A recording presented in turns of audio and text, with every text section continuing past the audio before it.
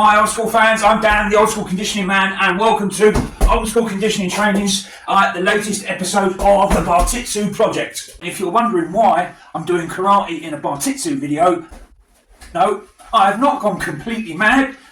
There's actually a perfectly good reason why we're going to be looking at the pugilistic elements of karate, and that's not because we're going to be including karate as part of our study of bartitsu and self-defense for the Victorian gent, and that's because in 1895 when Barton Wright went to Japan and studied jiu-jitsu, karate wasn't studied quite as widely because in Japan it wasn't officially recognised as a martial art until 1912. But there's been a huge amount of conversation in the comments of some of our bare-knuckle boxing videos as to the striking similarities, if you pardon the pun, and how much karate looked like bare-knuckle boxing during the golden age of prize fighting when it was governed by the London prize ring rules of 1838 to its end in 1892.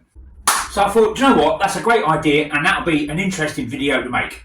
Now, karate as a generic fighting system is made up of a lot of different styles and forms. And as we're really only interested in the pugilistic element of karate, and as I'll freely admit, I am not an expert in karate, and this is not an instructional karate video. So I've spent the last 2 weeks sifting through various styles of karate and coming up with a handful of techniques, blocks, strikes and stances that seem to be pretty generic across all styles of karate. And these include 5 basic blocks, and these were 1, age uki or upward block,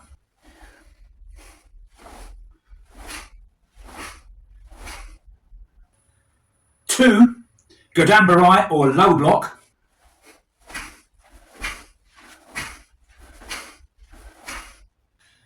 3, soto uki, outside block,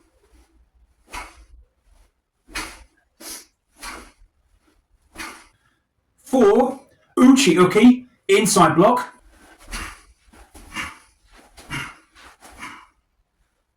and 5, shuto uki, knife hand or chop block.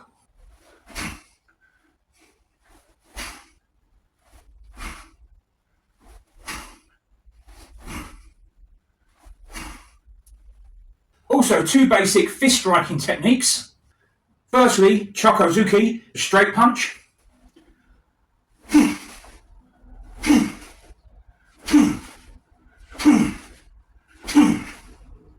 And second, udo uchi, the back fist, and there's 2 ways of throwing this.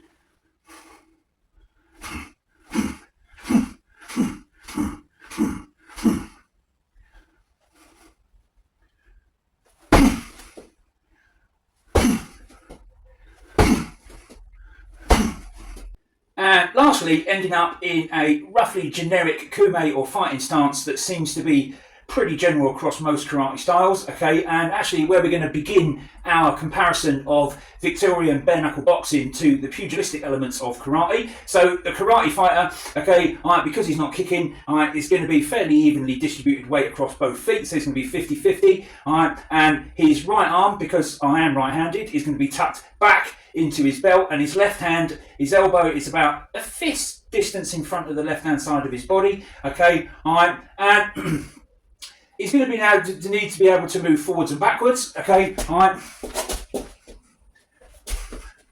and also change direction, okay, to face an opponent to the side, okay, there, and then there, there, and also to be able to fight and attack from the static position, okay, and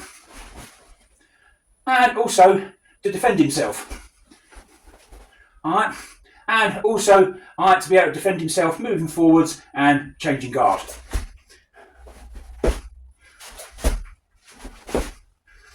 Right, so that is a basic rough, karate fighting stance. Now, if we have a look now, back to Victorian boxing, okay, and we pick up, our classic Edmund Price guard of the 1860s, okay, our legs are slightly bent, but we're leaning back a little bit to keep our head away, okay, our right hand, instead of being down here, is going to be tucked into the body but not touching, and guarding the mark or the solar plexus, okay, and our left hand, because we're right-handed, is going to be slightly forwards, okay, and again, we need to be able to move forwards and backwards, in stance, okay, we need to be able to change stance to each side,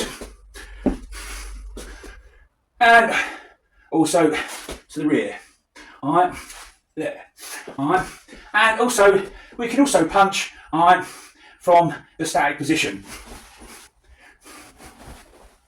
All right. But another difference, though, between bare knuckle boxing, the Victorian era, and karate is we'll use what's called a milling guard. Okay, all right. So it just keeps our opponent. It's not too sure what hand we're going to throw off of. Okay, all right, and we just rock the body backwards and forwards. All right, just confuses our opponent slightly. All right, right. Not that different at all, really. Okay, there are some differences. Okay, but for two pugilistic styles that were created hundreds of years apart, thousands of miles apart, and never actually saw each other till 1925. It's surprising, actually, how much similarities there are in just, basic movement and guard or stance positions. So, next I'll move on to Chokozuki or karate straight punch. Okay, because I'm right-handed, we're going to start left hand leading. I have my right hand around about my belt line, just above my hip, and we're going to throw 5 straight right punches off our right hand.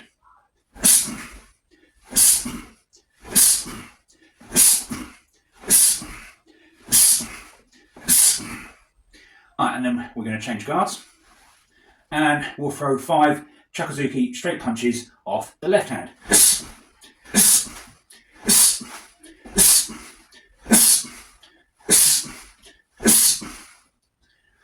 Right, that to Chokozuki straight punch. Right, not that dissimilar to straight punching in Victorian bare knuckle boxing, but there is a couple of differences. Okay, in karate they punch onto the top 2 knuckles. In Victorian boxing we punch onto the bottom 3. It doesn't really matter. Okay, because in karate, although they're punching on the top 2, they're still landing. Okay, with the top 2 knuckles in line. Right, so they're not having the protruding knuckle hitting before anything else. Okay, the top 2 knuckles are hitting at the same time, and that's why in Victorian boxing it doesn't matter, even though we punch onto the bottom 3. Okay, because when we strike, okay, our top knuckle doesn't strike anything. We're just punching onto 3 knuckles in line, so it's basically the same. So the argument about top 2 knuckles, bottom 3 doesn't really matter. Now let's have a look at Victorian bare knuckle boxing straight punching from the fixed position, and we're just going to be doing 2 punches to the face.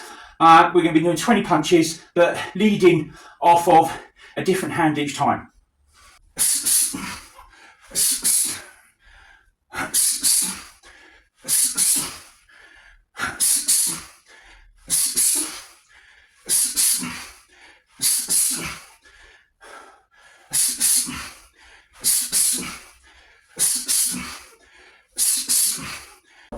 So that was karate's Chokozuki straight punch and the Victorian boxing straight punch to the face. And you can see they're pretty similar, but they also share another similarity.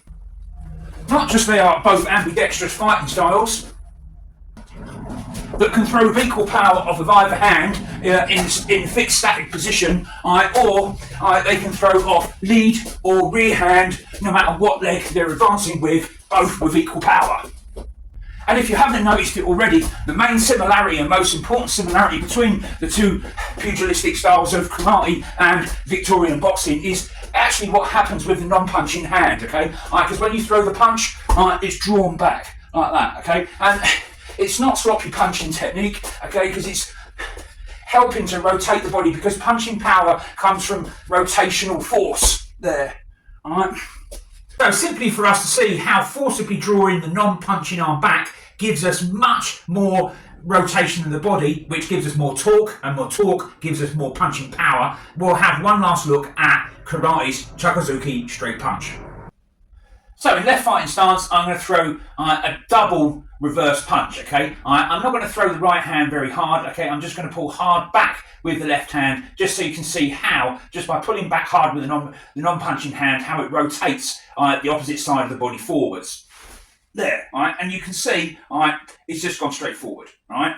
Now, if I imagine I'm pulling something back on my right hand, okay, I'm just going to pull hard back and then just watch what happens with the left-hand side of my body. There, all right, there. All right, and I'm not even punching forward, all right, I'm just pulling back. So back into our fighting stance.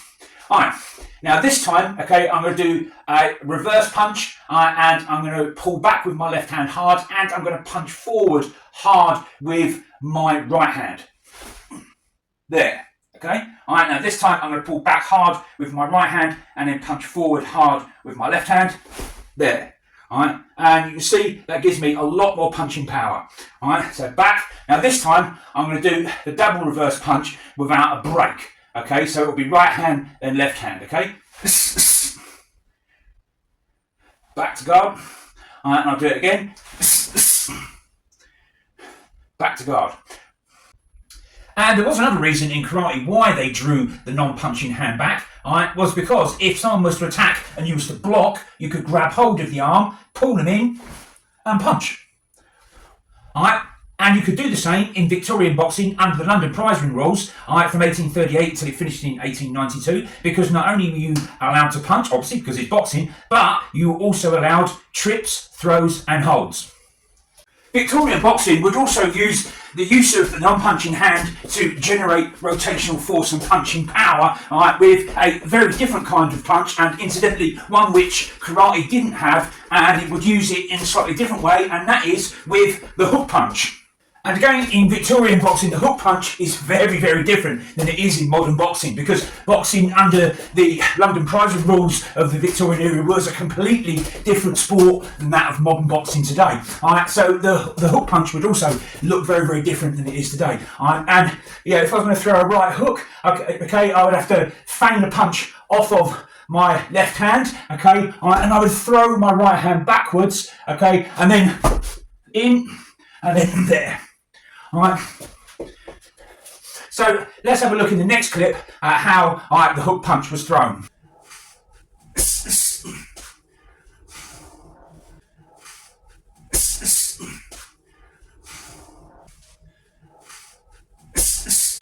As you can see, Victorian boxing, although it shares a lot of similarities with the pugilistic elements of karate, it is now starting to show its differences, and these are now starting to become a little bit more obvious, okay?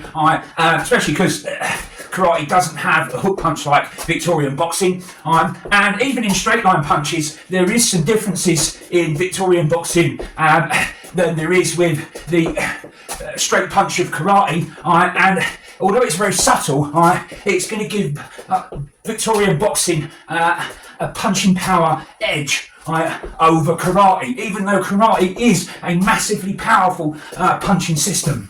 And these differences in straight line punching technique of Victorian boxing, you've probably already noticed from when we showed you the clip of the double straight punch to the face leading off of opposite hands, okay, and you would have noticed that we were leaning in slightly, because in karate, the chokazuki is always done with a straight back. They don't lean into the punch. I mean, sometimes in Victorian boxing, you don't lean in, okay, there, right, if you're quite close in. But if someone's withdrawing off or you want to punch from a little bit outside your punching range, okay, you will lean in, okay, and also you're dropping more of your body weight into that punch, so it gives it much more punching power, okay. So let's have a look at it with the triple punch, and you'll see what we mean.